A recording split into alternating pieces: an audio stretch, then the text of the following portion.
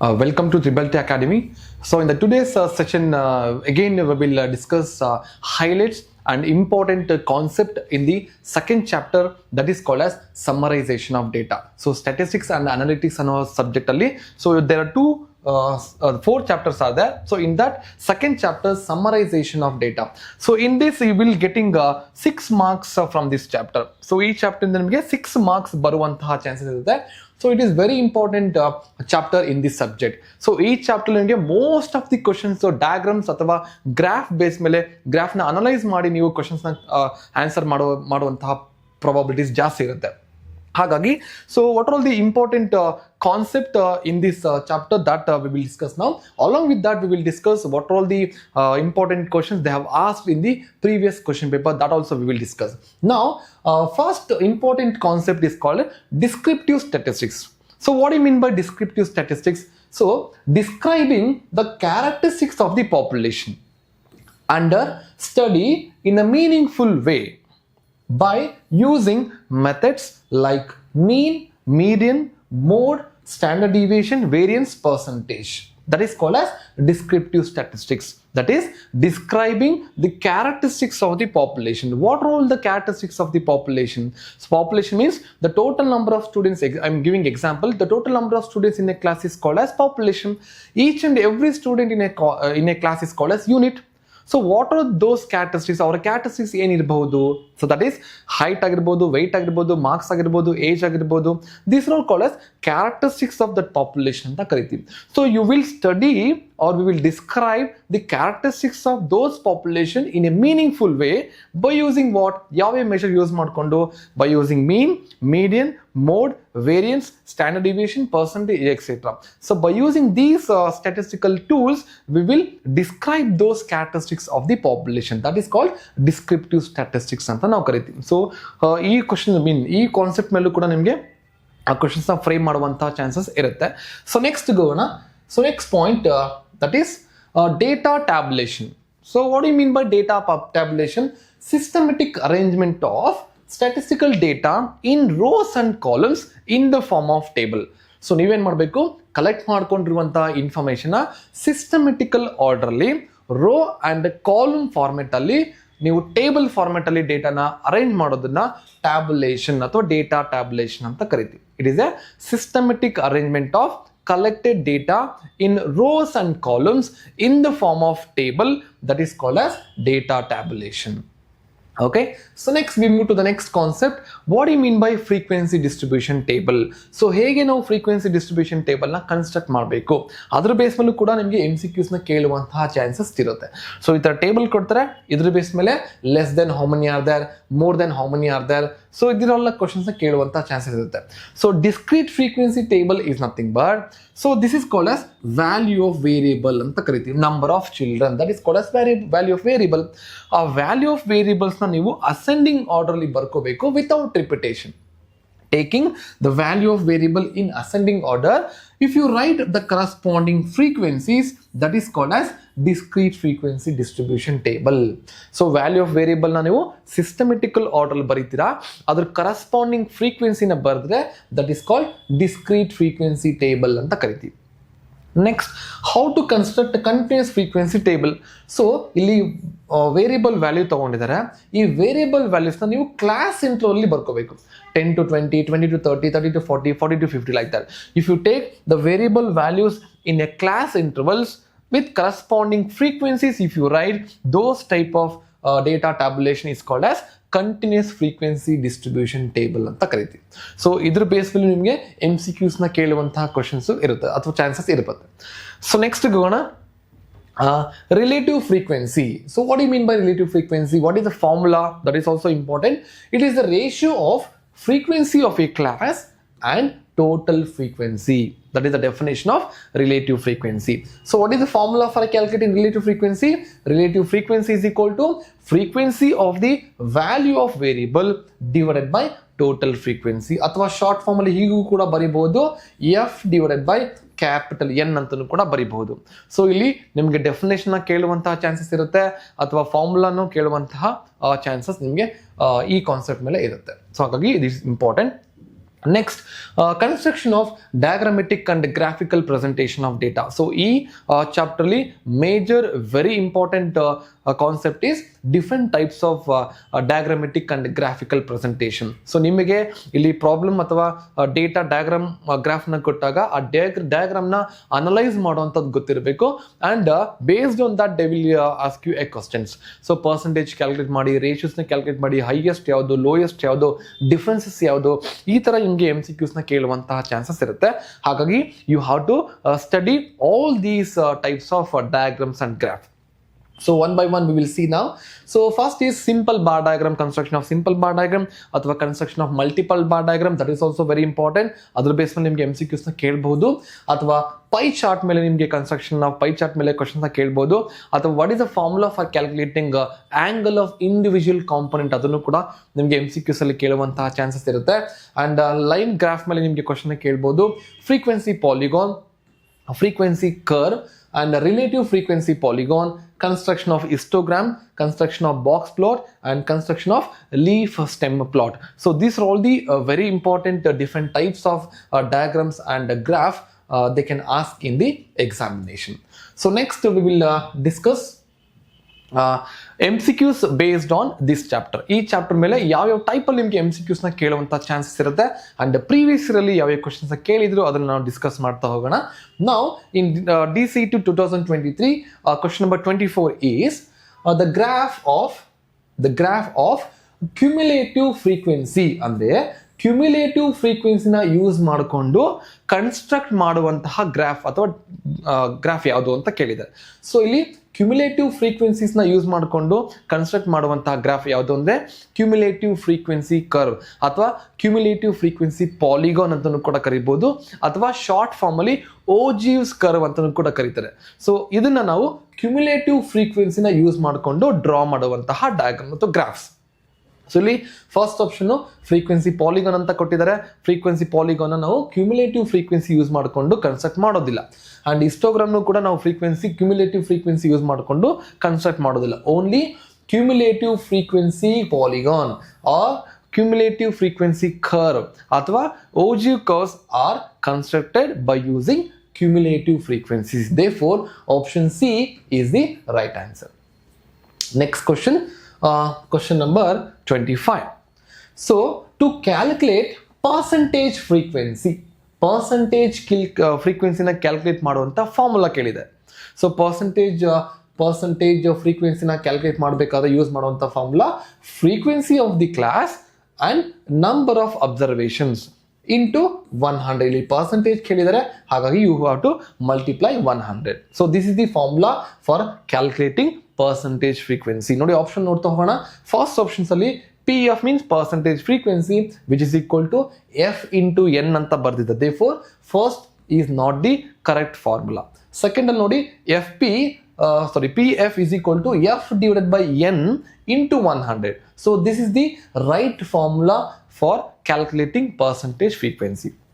Next ನೋಡಿ PF is equal to 100 plus into F into N ಅಂತ ಕೊಟ್ಟಿದ್ದಾರೆ. ಇಲ್ಲಿ ಪ್ಲಸ್ ಅಂತ ಬಿಡಲ್ ಬಂದಿದೆ. Therefore it is not a correct formula for calculating percentage frequency. Last option ನೋಡಿ PF is equal to 100 into F divided by N. ನೋಡಿ 100 ನ first time multiply ಮಾಡಿದ್ದಾರೆ. First ಆದ್ರೂ ಮಲ್ಟಿಪ್ಲೈ ಮಾಡಬಹುದು ಅಥವಾ ಲಾಸ್ಟ್ ಆದ್ರೂ ಕೂಡ ನೀವು ಮಲ್ಟಿಪ್ಲೈ ಮಾಡಬಹುದು. Therefore option D is also a correct formula for calculating percentage frequency. Therefore option B as well as option D are the both are correct answers. ನೀವು option B ಕೊಟ್ಟಿದ್ರು ನಿಮಗೆ marks, ನಿಮಗೆ 1 marks ಬರ್ತಾ ಇತ್ತು. Option D tick ಮಾಡಿದ್ರು ಕೂಡ ನಿಮಗೆ answer ಅಥವಾ ಕ್ವಶನ್ಗೆ 1 ಮಾರ್ಕ್ಸ್ ಅಲಾಟ್ ಆಗ್ತಾ ಇತ್ತು. Therefore option B and option D are the correct answers. Next question number 27. The end points of a class interval. ಪ್ರತಿ ಕ್ಲಾಸ್ ಇಂಟರ್ವಲ್ ಅಲ್ಲಿ ಆ ಎಂಡ್ ಪಾಯಿಂಟ್ಸ್ ಏನಿದೆ are dash and dash values that a variable can take. So ಪ್ರತಿ class interval ಅಲ್ಲಿ so ಯಾವ ವ್ಯಾಲ್ಯೂನ ನಾವು end points ಅಂತ ನಾವು ಕರಿತೀವಿ. ಸೊ ಕ್ಲಾಸ್ ಇಂಟರ್ವಲ್ ಅಂತ ಗೊತ್ತು. So 0 to 10, 10 to 20, 20 to 30, 30 to 40 are called as class intervals. So ಆ ಕ್ಲಾಸ್ ಇಂಟರ್ವಲ್ ಅಲ್ಲಿ ಯಾವ 2 ವ್ಯಾಲ್ಯೂಸ್ ನಾವು ಎಂಡ್ ಪಾಯಿಂಟ್ಸ್ ಅಂತ ಕರಿತೀವಿ ಅಂತ. So that is nothing but the lowest and highest value in a class. ಪ್ರತಿಯೊಂದು ಕ್ಲಾಸ್ ಅಲ್ಲಿ 0 to 10 ಇರುತ್ತೆ, 10 to 20 ಇರುತ್ತೆ, ಸೊ ಇದನ್ನ ಕ್ಲಾಸ್ ಇಂಟರ್ವಲ್ಸ್ ಅಂತ ಕರಿತೀವಿ. So 0 is the lowest value and 10 is the highest value. ಆ ಎರಡು ವ್ಯಾಲ್ಯೂಸ್ನ ನಾವು end points of the class intervals ಅಂತ ಕರಿತೀವಿ. Therefore option A is the right answer. Option be minimum ಮತ್ತೆ ಮ್ಯಾಕ್ಸಿಮಮ್ ವ್ಯಾಲ್ಯೂ ಅಂತ ನಾವು ಕರೆಯೋದಿಲ್ಲ, ಅಂಡ್ ನ್ಯೂಮರಿಕಲ್ ಅಥವಾ ಆವರೇಜ್ ಅಂತ ಕರಿತೀವಿ. That is also not correct. And mean and mode ಅಂತ ಕರೀತೀವಿ. That is also not correct. Only the lowest and highest value in that particular class interval is called as end points ಅಂತ ಕರಿತೀವಿ. Therefore option A is the right answer. Clear? Next ಹೋಗೋಣ. Question number 28 and 29. ನೋಡಿ, ಇಲ್ಲಿ ನಿಮಗೆ ಯಾವುದೋ multiple bar ಡಯಾಗ್ರಾಮ್ನ ಕೊಟ್ಟಿದ್ದಾರೆ. ಈ multiple bar ಡಯಾಗ್ರಾಮ್ನ ನೀವು ಅನಲೈಸ್ ಮಾಡಿಕೊಂಡು ಕ್ವಶನ್ ನಂಬರ್ 28 ಮತ್ತೆ ಕ್ವಶನ್ ನಂಬರ್ 29 ಆನ್ಸರ್ನ ಸಾಲ್ವ್ ಮಾಡಿ ಅಂತ ಕೊಟ್ಟಿದ್ದಾರೆ. So let me read the question ನಾವು. ಕ್ವಶನ್ ನೋಡೋಣ. The graph given below shows the participating of students of a school in outdoor games in different years by using the data given below. Answer the following questions. 28 ಮತ್ತೆ 29ನೇ question ನೀವು solve ಮಾಡಬೇಕು. ನೋಡಿ, ಡೇಟಾನ observe ಮಾಡಿ ಅಥವಾ graph ಅಥವಾ ಡಯಾಗ್ರಾಮ್ನ analyse ಮಾಡಿ ಹೇಗಿದೆ data ನೋಡ್ತಾ ಹೋಗೋಣ. So here in the x-axis they have given year ಕೊಟ್ಟಿದ್ದಾರೆ 2020, 2021, 2022, 2023 and in the corresponding number of boys, so number of students ಅಂತ ಇನ್ಫಾರ್ಮೇಶನ್ ಕೊಟ್ಟಿದ್ದಾರೆ. ಸೊ ಇಲ್ಲಿ in 2020 and these two are called as index ಅಂತ ಕರೀತೀವಿ. ನೋಡಿ, ಇವಾಗ ಶೇಡ್ ಮಾಡಿದ್ರೆ that is called as boys strength and unshade ಇದ್ರೆ that is called as girls strength ಅಂತ ಕೊಟ್ಟಿದ್ದಾರೆ. ಸೊ ಇಲ್ಲಿ how many boys are there, how many girls are there, let me discuss. So in the first rectangular bar represents boys, number of boys. In 2020, how many boys are there?